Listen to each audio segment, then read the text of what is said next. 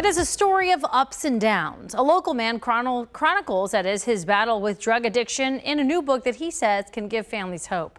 WCPO 9 News reporter Whitney Miller sat down with the author. Pushing, kicking, and punching I really started focusing on my physical health. Are all a part of Matt Peterson's daily routine now that he's sober. 126 pounds, I was pale white, I had zero self-esteem and zero confidence in myself at all. That was several years ago after Matt went through severe drug addiction, an addiction he says started at a very young age.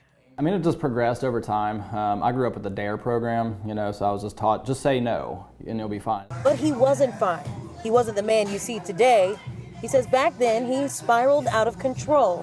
What started as pain pills turned into a heroin addiction. I no longer cared at all about my image or being labeled as a junkie or being dirty or anything like that. It was over. But it wasn't. Matt ended up in jail and then a rehab program.